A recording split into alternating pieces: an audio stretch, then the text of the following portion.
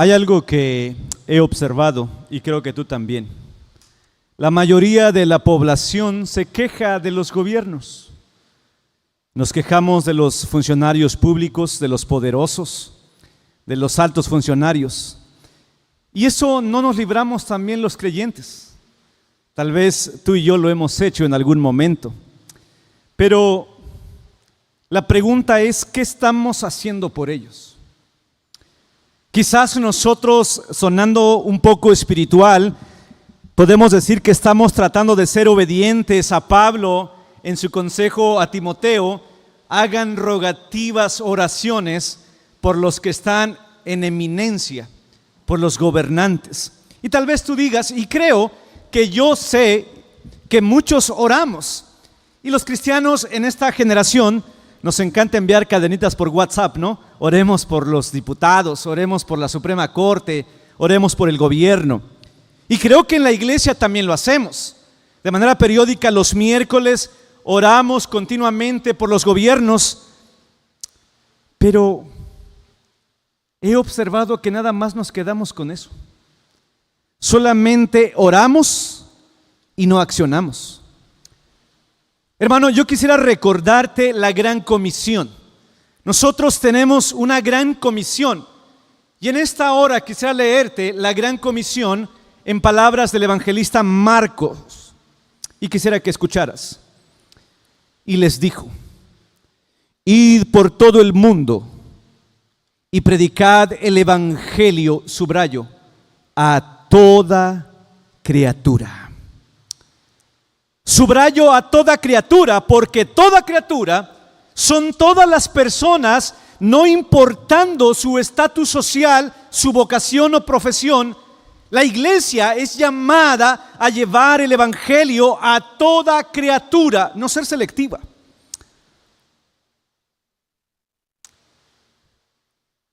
He reflexionado con pesar y he observado que tenemos un sesgo en nuestra misión. Cada vez que pensamos en evangelizar, no sé por qué lo primero que se nos viene a la mente son los pobres. ¿Han notado eso? Cada vez que nuestra misión es llevada a cabo, se ha reducido a un cierto grupo o estructura de la sociedad. Tal vez porque en el fondo nosotros sabemos que esta porción de la sociedad, la mayoría de ellos nos van a recibir. ¿Y saben qué hacemos? Regularmente llevamos algo y después les presentamos el evangelio. En ese tenor, hacemos campañas que cubren necesidades materiales. Pero siempre hemos reducido a eso. Hay una teología que tuvo mucho auge en nuestro tiempo y tal vez no la has escuchado, o tal vez ya la has escuchado, pero hoy te la quiero mencionar, que se llama la teología de la liberación. La teología de la liberación funcionó muchísimo a nivel Latinoamérica porque los teólogos liberales, y no me refiero a la teología liberal alemana, para aquellos que les gusta un poco la teología, me refiero a esta teología naciente en América Latina, donde todos debíamos pensar únicamente y exclusivamente en los pobres. Que la pobreza debía ser erradicada con la bandera del evangelio. Pero esa teología no es coherente con las escrituras. Porque, hermanos, yo no he escuchado, fíjense, yo no he escuchado últimamente, porque aunque no quiero tardarme, también han habido momentos en la iglesia en la que la iglesia ha llevado el evangelio a otros estratos sociales y no solamente a los lugares marginados. Yo no he escuchado una campaña que diga campaña evangelística para alcanzar a diputados. Yo no he escuchado últimamente una campaña donde los jóvenes digan hay que redimir a los influencers. Yo no he escuchado recientemente que diga la iglesia ahora nuestro objetivo son los políticos. Pero nos encanta hablar de ellos, ¿sí o no? En la iglesia no hablamos de política, pero todos tenemos una política. Y a veces, tristemente, nuestra política no es bíblica. No estoy diciendo herejías y no es mi tema.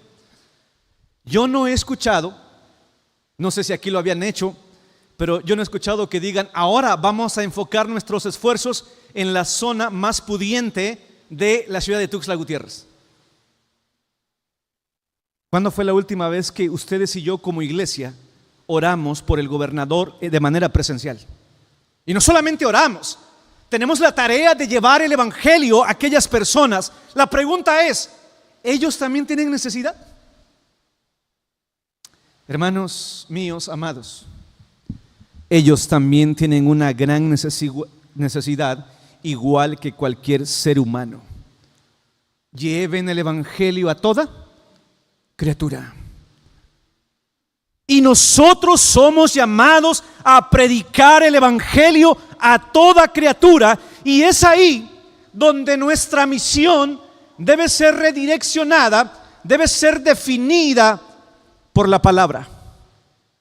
Y en la palabra, hermanos, el día de hoy, en nuestro recorrido del evangelio de Juan, nos topamos con que Jesús está llevando salvación al oficial del rey, a un oficial del rey, un hombre con prestigio, un hombre con autoridad, un hombre rico, un hombre con una posición de las más altas en el siglo I, pero es un hombre impotente y un hombre que tiene una necesidad igual que un pobre económicamente hablando. Su hijo moría. Hemos ido de la mano con el evangelio de Juan, y me encanta porque Juan dice: ese niño que nació en el pesebre no es así como que el espíritu padre de la Navidad. Debe ser lo mejor que tú le ofrezcas a la humanidad. Y si algo se ha propuesto Juan, es que ese bebé es el Verbo encarnado. Ese bebé es la respuesta a toda la necesidad del ser humano. Yo te pregunto, ¿lo crees? Si lo crees, debes llevar esto a toda criatura. Hermanos, algo que he dicho con mucha repetición es que el evangelista Juan, a diferencia de los evangelios sinópticos, él escoge ciertos encuentros de Jesús con personas porque él no le llama milagros, él le llama señal, porque cada acto de Jesús apunta hacia una realidad de su ser, hacia una realidad de su persona. Hemos encontrado cómo Jesús revela su identidad presentándose como la única solución a toda necesidad del ser humano. Ha escogido a un fariseo, ha escogido a una mujer adúltera, y ahora avanza, y el siguiente personaje en su narrativa es el oficial de un rey. Vayamos al pasaje. Estamos ubicados en el Evangelio de Juan, capítulo 4, versículos 43 al 54, y déjame brevemente tenderte el contexto. Este pasaje concluye con lo que usted y yo ya conocemos, y lo analizamos el domingo pasado en el aniversario de la Sociedad Femenil. Pero cuando la mujer adúltera, aquella mujer de baja reputación, se encuentra con Jesús, lo primero que hace es ir y anunciar a Jesucristo. Ese evento, mis amados hermanos y amigos, termina diciendo que muchos creyeron por la palabra de la mujer. Escuche esto, lo voy a volver a repetir.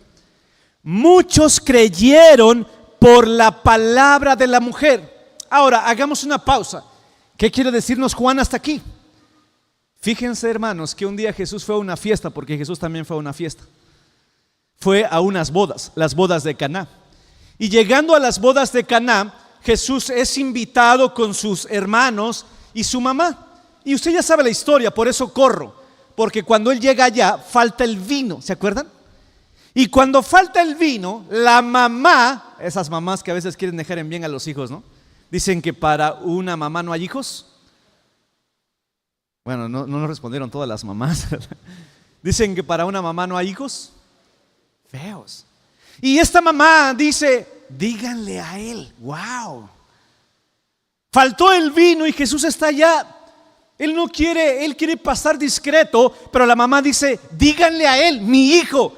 Hasta este momento creemos teológicamente que María ya sabe el secreto mesiánico, ya sabe que su hijo, aunque nació en su vientre, ha sido concebido del Espíritu Santo y es el Hijo de Dios. Y me encanta cómo le responde el hijo, porque dice: mamá, ay mami, ¿aún no ha llegado mi hora? Sin embargo, él lleva a cabo un milagro que fue crear vino, y el mejor vino, porque dijeron en esa fiesta: ¿cómo es que este maestresala deja al final el mejor vino? Ahora, al final cierra diciendo: y esta fue la primera señal, y muchos de sus discípulos creyeron. Ojo aquí, hermano. Muchos creyeron en Jesús por sus señales. ¿Escucharon esto? La mayoría de los de Caná, cuando se enteraron que Jesús había multiplicado o había creado el vino de la nada, creyeron. Sin embargo, hermanos, cuando llegamos a Samaria, allá en Samaria no creen por la señal, sino que creen por la palabra de una mujer. ¿Notas la diferencia? Hay muchos que creen por la señal y no por la palabra. Este es el centro de esta. Escucha, lo voy a repetir. Hay muchos que creen por los milagros y no por la palabra solamente. Pero quien busca a Dios, hermanos, y lo voy a decir con mucho cuidado, quien busca a Dios solamente por lo que ha obrado en su vida y no por lo que es Jesús, me temo que va a caer esa persona. Porque una fe que se fundamenta solamente en algo recibido del dador es una fe muy propensa a perderse. Y eso es lo que quiere enfatizar Jesús y Juan a partir de ahora. Vayamos al versículo 46. Y Jesús regresa a Galilea.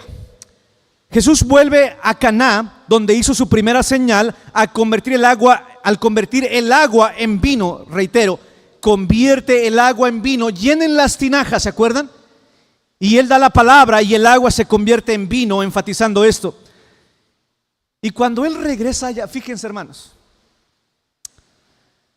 Jesús está interesado que tu fe esté fundamentada en su persona y no en lo que Él te da.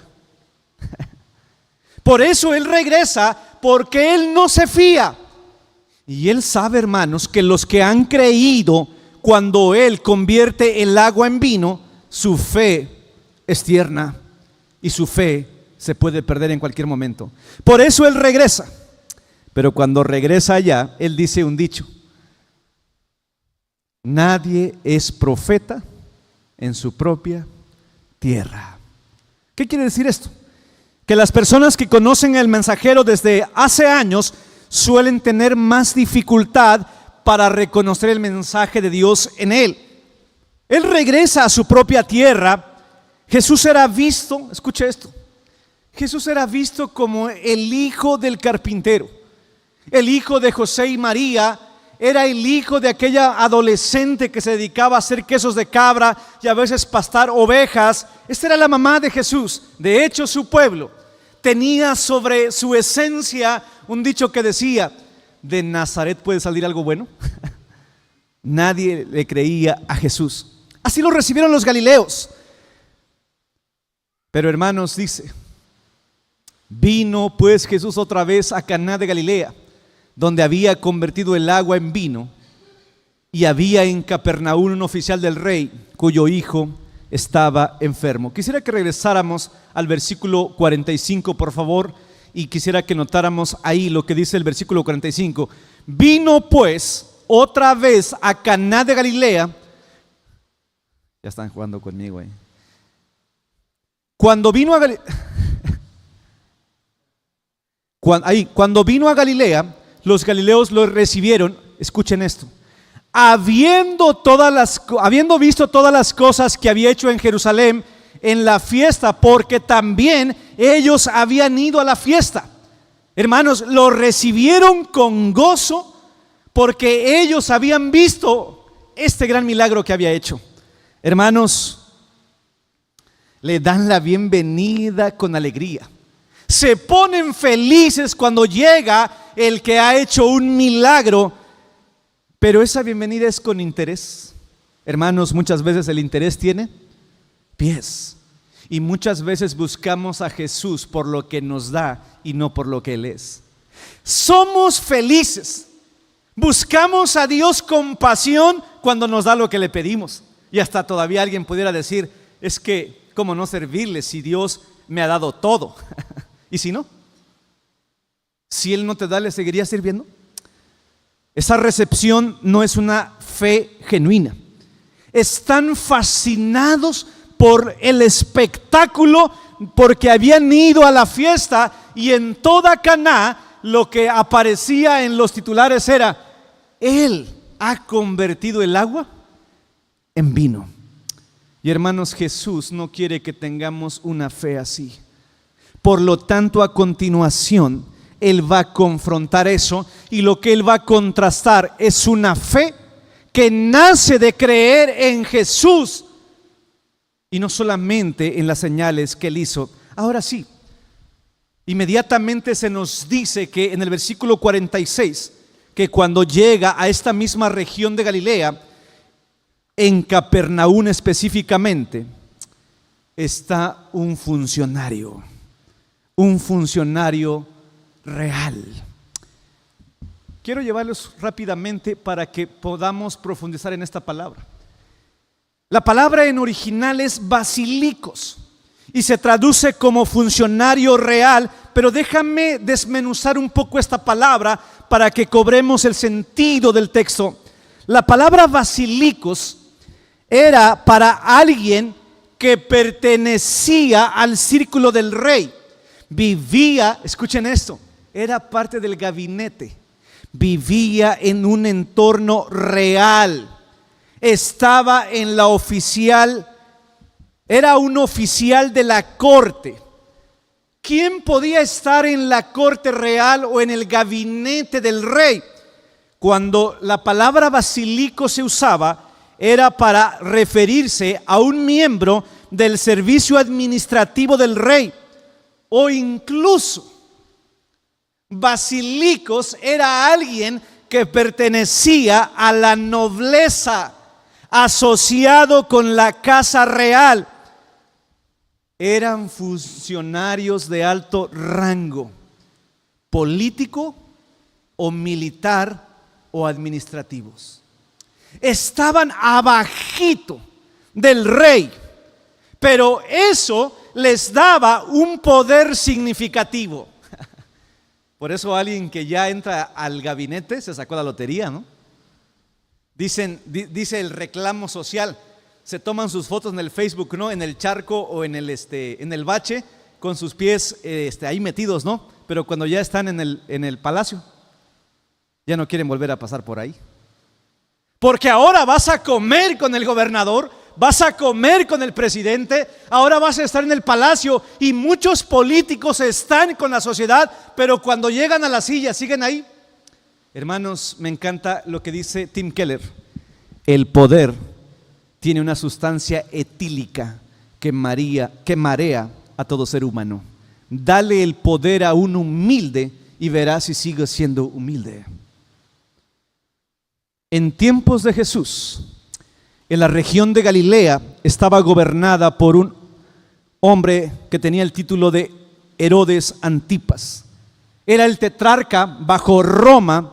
Por lo tanto, digamos rápidamente que este basilicos, cuando lo utiliza Juan, con mucha seguridad, era un funcionario, un alto funcionario de Herodes Antipas. Avancemos. Entonces es un hombre poderoso. A mí me encantan las paradojas de la Biblia. Es un hombre poderoso pero impotente. Tenía estatus, tenía poder, tenía riqueza. Es más, creemos con mucha seguridad por la naturaleza del pasaje que tenía muchos súbditos. De hecho, cuando alguien era funcionario del rey en el siglo I, hoy, hermanos, me da mucha tristeza. Trato de enseñarle a mis hijas que cada vez que vean a un soldado les saluden, no tengan miedo, pero también lo respeten. Pero hoy la mayoría de los adolescentes, cuando no ven un soldado y luego tú ves, están ahí enfrente, pégame, pégame. Ya no hay respeto por la autoridad. Ya no hay respeto, y esa es una característica del etos posmoderno. Ya no tienen respeto por la autoridad. Buen día, jefe, a su papá, ¿no? ¿Qué hay, jefita? ¿Qué hay de comer? Hermanos, en los tiempos antiguos, un funcionario, cuando estabas bajo sus órdenes, te tenías que arrodillar y le decías, Kyrios, oh Señor. Este hombre tenía muchas personas que le podían reverenciar, tenía el poder. Sin embargo, el texto nos lleva a decir que es impotente porque con todo su dinero, con todo su poder, con toda esta cuestión, su hijo estaba desahuciado.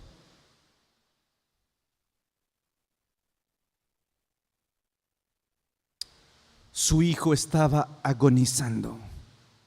Un basilicos que posee poder e influencia, pero aquí aparece como un débil humano acercándose a alguien que viene de Nazaret, un hombre sencillo, el hijo de un carpintero, el hijo de un lugar pobre, pero es más poderoso que él. ¿Te das cuenta?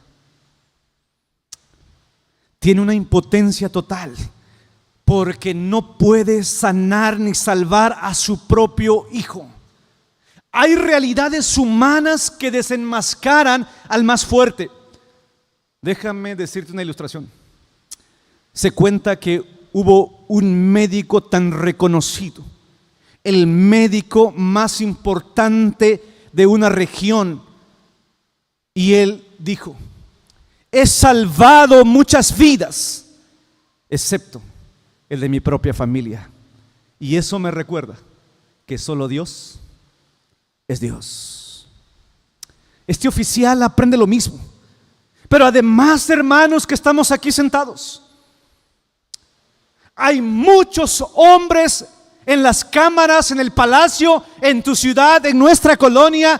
Bueno, no creo que en nuestra colonia, excepto que alguien viva en la colonia de algunos de los diputados, que tienen la misma necesidad.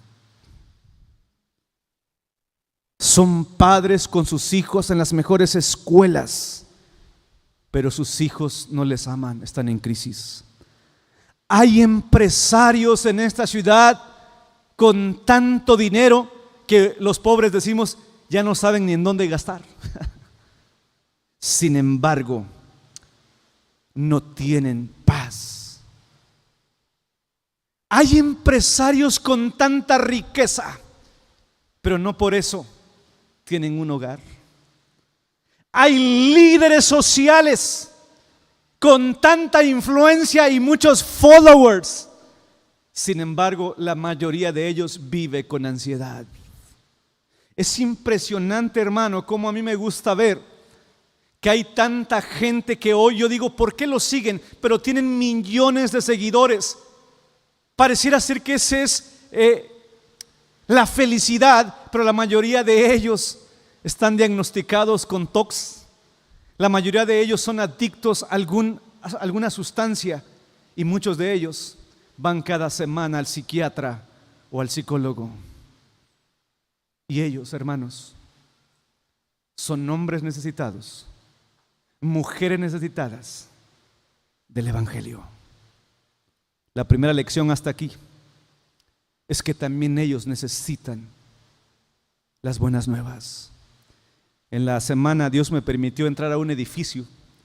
Yo siempre pasaba por ahí, un edificio de funcionarios públicos, y me impresioné porque dentro de ese edificio, cuando logramos entrar, nos llevaron a un departamento y estaba llenísimo de gente. Muchísimas personas, y yo dije, wow, parecía que aquí no había tanta gente y parecía una ciudad dentro de la ciudad. Y yo decía, paso cerca de los hospitales y si algo he notado en las ciudades en las que he estado es que hay gente cristiana llevando ollas de arroz con leche y tamales, ¿no? Muchos de ellos orando en los hospitales predicando, pero yo nunca he visto que se paren afuera del poder judicial o de tantas oficinas de gobierno. Yo le dije a mi esposa, wow, estamos en la capital, donde hay tantas o tantos departamentos, pero ¿quién de nosotros está dispuesto a ir y pararnos donde hay tanto flujo de gente y ahí llevar nuestros folletos? ¿Habrá gente perdida ahí? ¿Habrá gente necesitada? Llegas y te tratan de una manera que te ven hacia abajo y dice, ¿a qué vendrá aquí? ¿No? Porque todos van con sus sacos, sus logotipos y todo lo demás, ¿no? Hermanos, detrás de cada disfraz hay una oveja perdida. ¿Quieres ver cómo reacciona Jesús ante el oficial del rey? Él no le dijo, ¿sabes qué? Yo vengo a los pobres. Hermano, el oficial le ruega en el versículo 50 y le dice, desciende, vean la imagen, desciende antes que mi hijo muera. La impotencia de los poderosos humanos ante la realidad del ser humano. Y es que, hermanos, sabemos un eslogan, hay cosas que el dinero, no estoy haciendo comercial de una tarjeta, hay ciertas cosas que el dinero no puede comprar. Y el dinero no compra paz, el dinero no compra plenitud, el dinero no compra una familia. Y lo vamos a ver más adelante porque me da tristeza cómo mucha gente se mata por tener posesiones, pero te vas a dar cuenta que eso no llena. Porque mira a este oficial con toda su posición, pero tiene que humillarse y decir, quiero ir ante aquel llamado Jesús, que no hay nada atractivo en él, pero Jesús, hermano, el que hoy es despreciado, es el que da sentido a la vida y es el único que puede dar vida y vida en abundancia.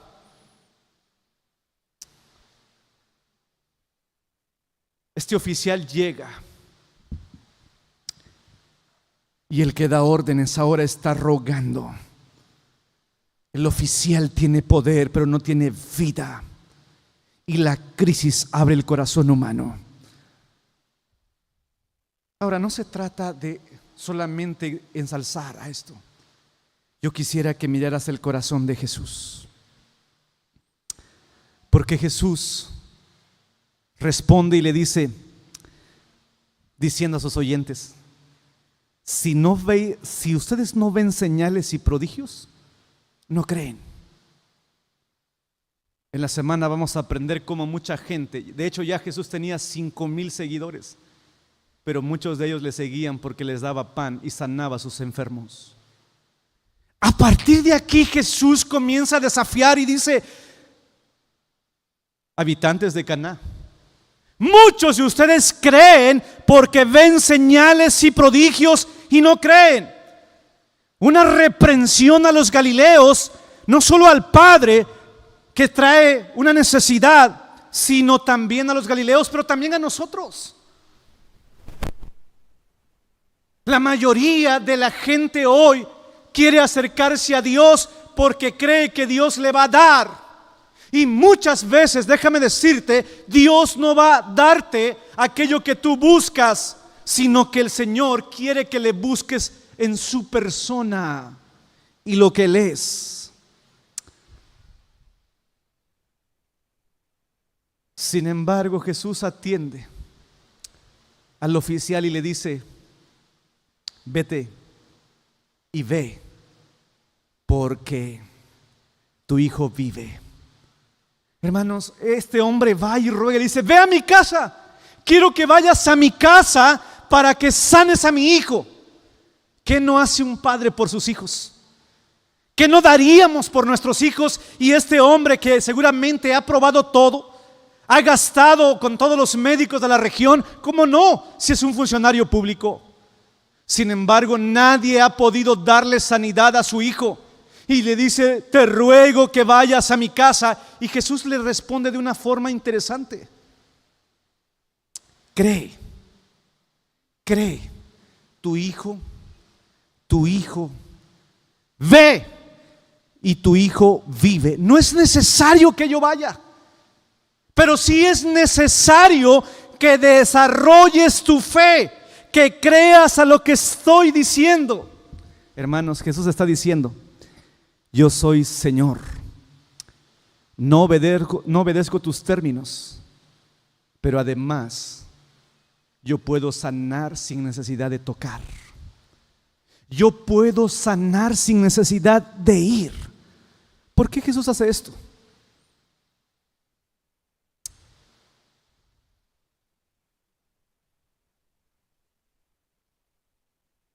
Hermanos, Jesús no está interesado en tu comodidad material, tan solamente.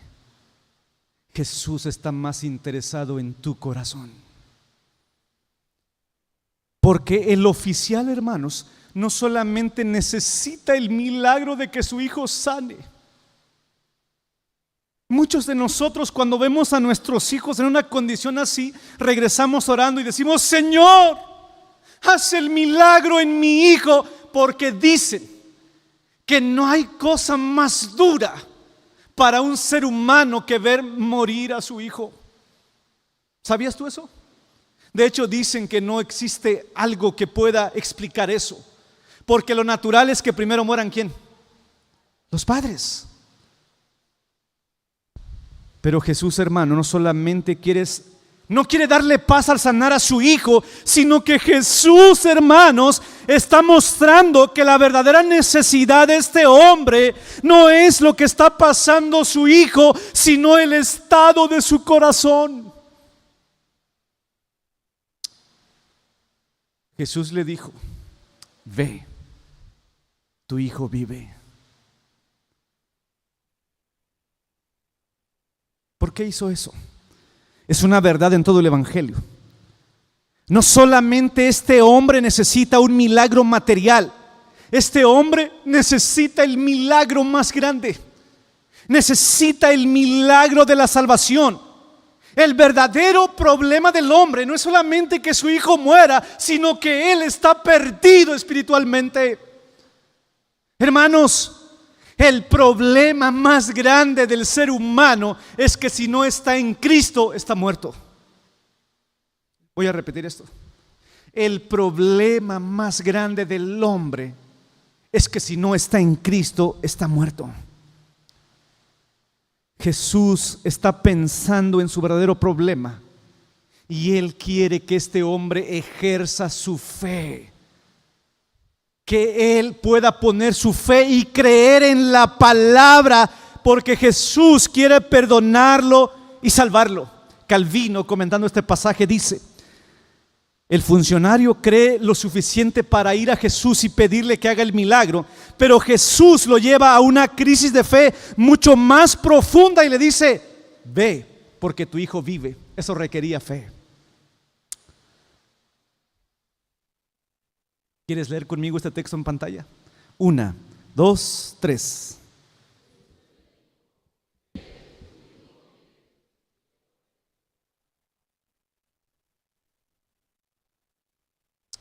Este es el giro del capítulo, hermanos.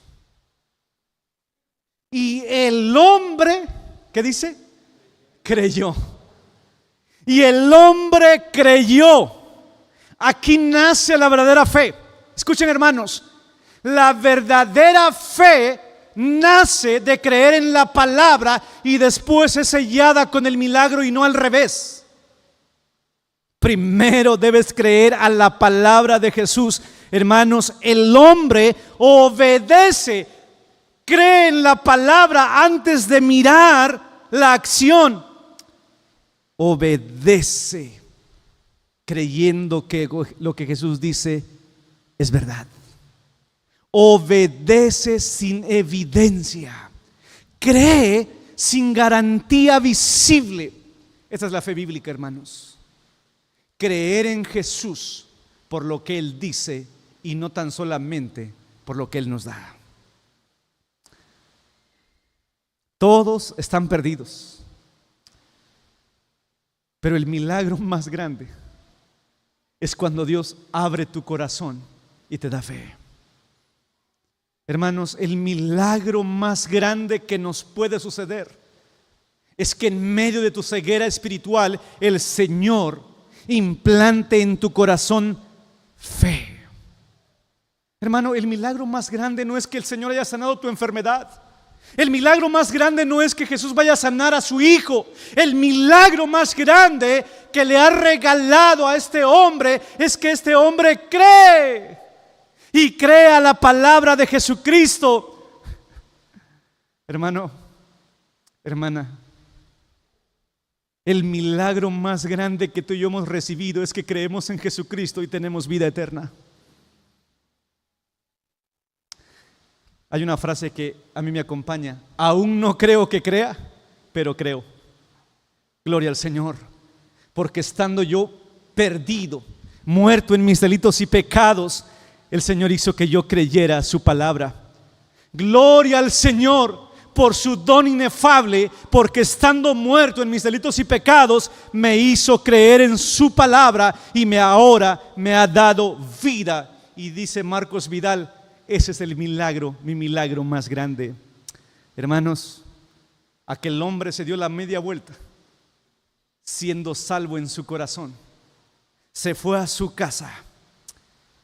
Y cuando iba llegando a su casa, salieron los sirvientes llenos de alegría, regocijo y felicidad. Y le dijeron: jefe, Señor, tu hijo vive. En ese momento aquel hombre preguntó y dijo: ¿cómo a qué hora sucedió esto? Y ellos le dijeron la hora, pero en el corazón él únicamente estaba constatando que efectivamente había sido Jesús. Hermanos, la fe bíblica primero es creer y después viene el milagro, no al revés. Los siervos, y en ese momento, hermano, ese hombre fue salvo. Déjame decirte esto: Jesús no solamente sanó el cuerpo de un joven moribundo, Jesús salvó el corazón de un hombre que estaba muerto espiritualmente. ¿Y de qué te sirve? ¿De qué te sirve tener tu milagro pero estar muerto espiritualmente? Hace muchos años en mi ministerio vino un joven que estaba desahuciado, moribundo. No he visto hasta hoy la entrega y sinceridad de ese joven, porque decía: yo quiero entregarme al Señor para que Él me haga mi milagro. La iglesia lo abrazó. La iglesia comenzó a orar y orar. ¿Y qué crees? Dios respondió, sanó su enfermedad. Pero su milagro solamente le duró 6 meses, porque después desapareció de la iglesia. ¿De qué te sirve tener todo eso? ¿De qué te sirve, dice Jesús, ganar todo el mundo y perder tu alma? ¿De qué le sirve al hombre ganar todo el mundo y perder su alma? Hermano, Dios nos enseña en este pasaje que no solamente hizo un milagro, hizo 2. Pero el primero de ellos es el milagro más grande. ¿Sabes cómo cierra el pasaje? Dice que toda su casa creyó. Wow. El resultado final es una creencia ampliada, y el pasaje termina casi diciendo que creyó él y toda su casa. Hermano, esa familia terminó feliz de manera integral, porque ojo, no estoy predicando en contra de la riqueza. Estoy hablando de la riqueza integral. Hermano, aquel día toda una familia creyó. Toda esa familia fueron hijos e hijas de Dios. Y Jesús vuelve al tema que viene trabajando. El milagro más grande, dice Jesús, y nos está enseñando a nosotros, no es solo que su hijo haya sido librado de la muerte, sino que al final de la historia, ese hijo también cree. ¡Qué bonita historia! Me encanta cómo termina la historia. Una familia feliz integralmente, porque ya están todos sanos, pero también están salvos. ¿Se das cuenta de esto? Terminan felices porque el hijo desahuciado ahora tiene vida, pero no solamente tiene vida física, sino que tiene vida espiritual. Y vuelvo a la carga. Yo sé que todos los que aquí estamos, abuelos y papás, queremos lo mejor para nuestros hijos. Casi nos matamos, perdóneme la expresión, casi nos matamos para que estén bien físicamente. Yo estoy casi seguro que muchos ya no duermen porque dicen, ¿qué le voy a dar a mi Bendy en Navidad?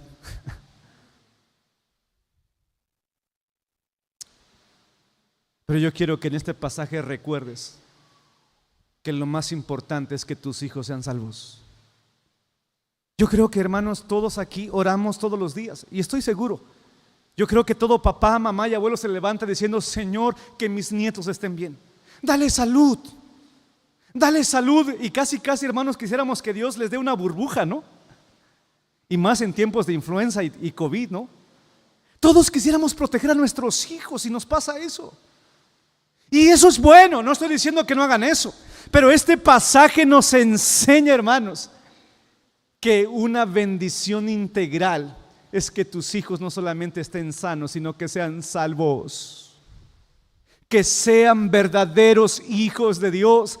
Amados padres y abuelos, oren porque sus hijos estén bien.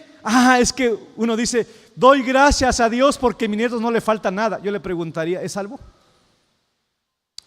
¿Es hijo de Dios? Porque el milagro más grande, hermanos, es la conversión. El milagro más grande es nacer de nuevo. Así que yo te pido que no trabajes solamente por el bienestar físico de tus hijos. Trabaja por el bienestar espiritual de tus hijos. Pero por último, hermanos, el oficial, el integrante del gabinete, pasó a ser parte de la iglesia de Jesucristo. Hermanos de la iglesia, Dios con nosotros. Vengo muy feliz esta mañana. Y la razón de mi felicidad es que el día de ayer personas vinieron a los pies de Cristo Jesús. El día de ayer allá en aquel espacio sucedieron milagros. Y no me refiero a cojos caminando. No me refiero a sanidad de enfermedades. El día de ayer muertos espirituales volvieron a la vida. La mayor bendición que una iglesia experimenta es cuando pecadores vienen a los pies de Cristo Jesús. Iglesia, Dios con nosotros. Tenemos la responsabilidad de llevar el evangelio a toda persona. Espero que en este año que viene la iglesia Dios con nosotros no solamente piense en los hospitales, no solamente piense en los lugares pobres para llegar a una brigada médica. Pensemos en políticos, pensemos en gobernadores, pensemos en influencers, pensemos en futbolistas, pensemos en artistas. A mí me encanta, hermanos, ver a los jóvenes llegando a lugares donde muy pocos llegan. Tengo amigos pastores que oro por ellos cuando me dicen, ¿sabes qué, pastor? Ora por mí porque estoy llevando el evangelio a los jugadores. Estoy aquí cerca de los vestidores del Estadio Azteca, ya dije el equipo, ¿no? Qué bonito. Recientemente en Estados Unidos acaban de matar a un hombre joven dejando a su hija, y parte el corazón. Su hija de pocos años de edad, y me refiero a este personaje criticado por muchos, Alan Kirk. Pero lo que subrayamos nosotros es que Kirk tuvo la valentía de decir, yo quiero llevar el evangelio a las universidades. ¿Cuántos jóvenes en nuestras universidades Hermanos, tantos jóvenes que dejan su pueblito, dejan todos los lugares para llegar aquí a la ciudad. Y sabes una cosa, me parte el corazón en sociología que la mayoría de los jóvenes que van en busca de un sueño, dejando su pueblo, llegan a las grandes metrópolis, regresan perdidos porque la ciudad los destruye. La pregunta es, jóvenes que me escuchan aquí, ¿qué estamos haciendo por ellos? Hay políticos perdidos espiritualmente, hay funcionarios públicos infelices, pero nadie les ha llevado el evangelio.